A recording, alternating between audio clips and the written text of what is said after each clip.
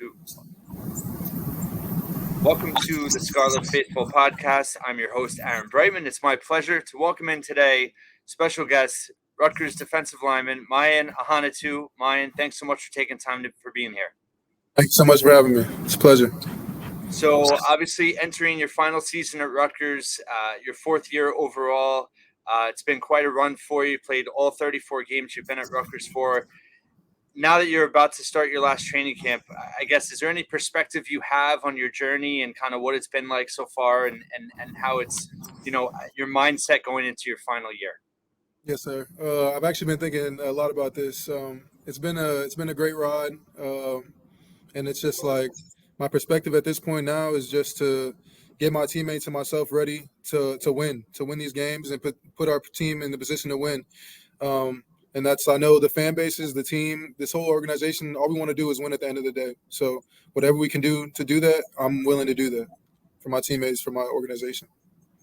And just talking about your journey a little bit, unique situation for you when you're in high school at Berkeley Prep, actually having Coach Schiano as an assistant coach along the defensive line. What was that whole experience like, just in terms of being a high school player, having the former Tampa Bay Bucks coach there, and then also how it helped you grow your relationship with him over time? Yeah, I mean, having Coach Schiano there, it was definitely a crazy experience because it wasn't like he's coaching a set of kids. He was coaching it just like he would coach us now. So, so it wasn't really that much different, but it was definitely eye-opening to know at a young age what it takes to be a great football player. So it was really a blessing in disguise to have him there and show me the ways and early on. And obviously, you started your career at Minnesota, came to Rutgers during Schiano's first year once he came back to Rutgers. Does that almost feel like kind of a universe working in mysterious ways in terms of linking you back up? And how did that whole process work out for you just in terms of deciding to ultimately come to play for him at Rutgers? Yeah, most definitely. I mean, everything came full circle. It's definitely just a blessing in disguise. I think the universe is just came full circle, like how I said, and it's just really a blessing. Once I hit the transfer portal, Coach Schiano had just gotten the job pretty much, so he had called my phone and we had a couple of talks, and that was pretty much it. It was pretty simple since I've known him for so long. So, and I'm also friends with his sons as well. I've known them for a long time as well. So there's a lot of connections there that made it a really easy decision for me to come here. And what's the whole process been like now that, it's the fourth year that Schiano's been back, your fourth season? How much have you seen the program grow, and what do you think fans should know about just in terms of the key differences now from when you guys first got here? Yeah. I mean, there's definitely just a lot of changes, a lot of changes from the old Rutgers staff to now. I mean, there's a lot of things that you have to change. There's a lot of losing in that past that you have to change. So you have to change those habits, and we're doing that, and we've done that. And that's really what I'm looking forward to see come to fruition in this season. And obviously, Marquise Watson, a lot of fans know him from a recruiting perspective. He's in his second year now coaching the defensive line. What has he brought to your unit, and how much do you enjoy playing for him, and what have you learned from him in terms of helping your own game? Yeah, Coach Watson is definitely one of the best coaches in the country. He's brought unity to our room. He's brought culture to our room. He's literally changed my game tremendously. So I owe him 100-fold for that. I mean, he's changed our room incredible. I've seen guys on our team just get better and better every single day working with him, and he's just a great guy to be around. And being a veteran guy, obviously, you're a leader on the team. You've been a captain, but also you made great strides on the field. You won the Douglas E. Smith Second Effort Award for Most Improved Defensive Player in the spring. What has been key for you to continue to improve as a player? It's really just breaking down every single deficiency that you have. So it's really meeting with everybody in the organization to like taking down those notes, what they think you can improve on, and really implementing and focusing on that, spending the time in the building to get better at those deficiencies. You know what I'm saying? Trusting the coaches that they're going to get you better. You got to spend that extra time to get in there and get better. So that's really much what I did every single day in the springtime to get better. And I'm willing to do that, and I have been doing that since then as well. And I know you've talked in the past about your father's influence, obviously Tampa Bay Bucks legend. But in terms of how he helps you with your own development, he breaks down film and goes over it with you. I guess how special has that been for you as you've developed as a player over the years? Yeah, I mean it's been really helpful for sure. Just to have somebody that's had so much experience playing the same positions as me, just somebody I can bounce ideas off of whenever I need to. So it's always a phone call, a text away. So it's a great resource to have for sure. And how has that shaped you as a player in terms of expectations maybe being unfairly placed on you when you were younger, being who your father was, and I guess how has that helped build your own confidence in your own abilities? hmm I mean, when you start off younger, there's like a lot. Of course, there's those expectations and stuff because of the name, but as you get older, you just start growing into your own body and knowing your own abilities and how what your morals are and values are, and you implement them. So, growing into my own man that I am now, I'm just grateful for the experience and the resources that my father has given me. So there's been things that have come out this offseason about the defense and the identity with the dark side and everything. Just wondered what you could share with fans and tell them about what that's all about and the mentality of the defense.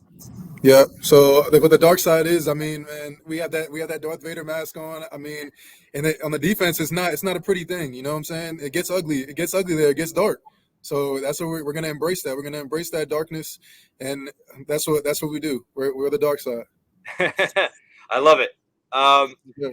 And obviously, being on the defensive line, you're going against the offensive line a lot in practice every day. What did you see from them in spring? And how I guess excited are you from on the defensive side to see their potential progress this coming year? So, I'm very excited. I'm very excited. I know those guys. I spend time with those guys, so it's like it's very exciting to see the commitment that they put into learning this with this staff and just the commitment they have to getting better. Everybody here is just really committed to getting better every single day. So that's what you love to see, and that's what you get excited about. And does it help the defense at all? Obviously, you have a new offensive coordinator now in Kirk Shiraka. But going against maybe a little bit of a different system now. Obviously, personnel changes year to year. But does that help you guys develop as a defense going up against a different system now than you have maybe in the last couple of years?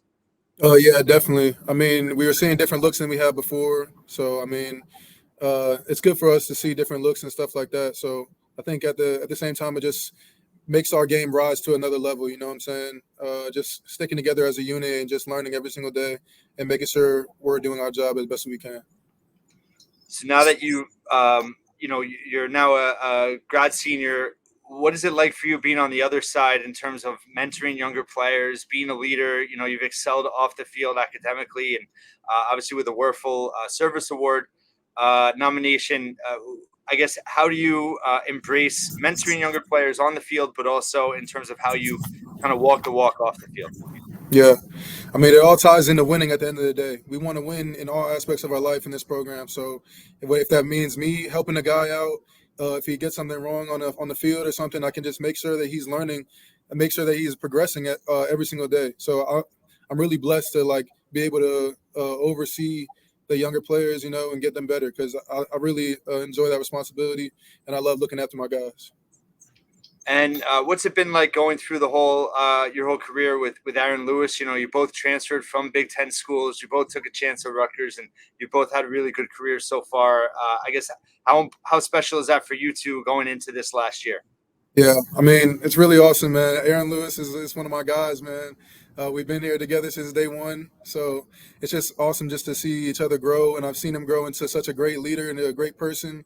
And I've seen him literally grow from a freshman, like a little boy, to a man. He's a grown man now, and I'm just really proud of him for sure. And there's been, some obvious Minnesota connections with, obviously your defensive coordinator, Coach Arizmiak. You were there 1 year together, I believe. Oh yeah, yes, sir. So you actually came to Rutgers before him. So what was that like having him come over and Coach Heatherman as well, and just kind of now, seeing the defense grow under a coach that you originally played for at another school? I mean, it's cool. It's definitely cool. I mean, I feel like we really didn't have that much of a great relationship at the time because he was coaching the safeties and stuff, and so I didn't really spend that much time with him. But now I really got the chance to sit down with him and get to know him. And I mean, Coach Harris Simiak is a great guy. Like He's definitely one of the best coaches I've ever been around, and I'm just grateful that he's on our side. And obviously, Flip Dixon now transfers in. How familiar were you with him, and how much do you think he's going to make an impact as a transfer? And I guess as a former transfer, do you have any specific conversations with guys like that transfer in to kind of help acclimate them to the current program? Yeah, yeah. Flip is another guy. I was really on my way out before I really got the chance to really get to know him as well. So it's definitely a blessing to get the chance to know him now, and he's definitely going to be a great asset for this defense and for this team. So for the transfer guys and stuff like that, we definitely get together and we're going to talk about how we can get this culture down in our family trust chop and how they can implement that and get that fast enough. Because the faster you get it, the faster you can start giving and teaching other people, and you know what I'm saying, and force that so that way we can grow together as a team. Just a few more for you, Mayan. Just in terms of your consistency off the field, you played 34 straight games. You've been a factor in quite a bit of them. How have you been able to, I guess, remain consistent, stay healthy, stay focused throughout your career? Yes, sir. I mean, it's really just taking one day at a time. One day at a time is that's really all you can think about it, and never get too high, never get too low. Keeping your emotions controlled as much as you can. So I really just spend a lot of time doing the same things. I create a routine or a regimen, and I just keep following that, and I'm gonna stick by it no matter what. So that's pretty much the key to it. And what's the biggest key for you this year and your goals in terms of maxing out your potential and your ability? I mean, to me, it's just not thinking about oh, this is my last year. Oh, this is what could this be for future or whatever. Just staying present on the moment and just letting it fly. That's really what I'm trying to accomplish this year is just letting it fly. Don't think about the past or the future. Just stay in the present and just give it the best you have.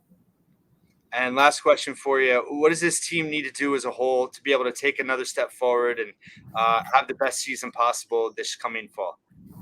I really just believe if we just keep working hard and we stay united as a team, I don't see any problems there. You know what I'm saying? I just think as long as we're working together and we keep working the way we're working, I trust this team, I trust these coaches, and I trust this organization that we will succeed. Mayan Ahanotu, really appreciate your time.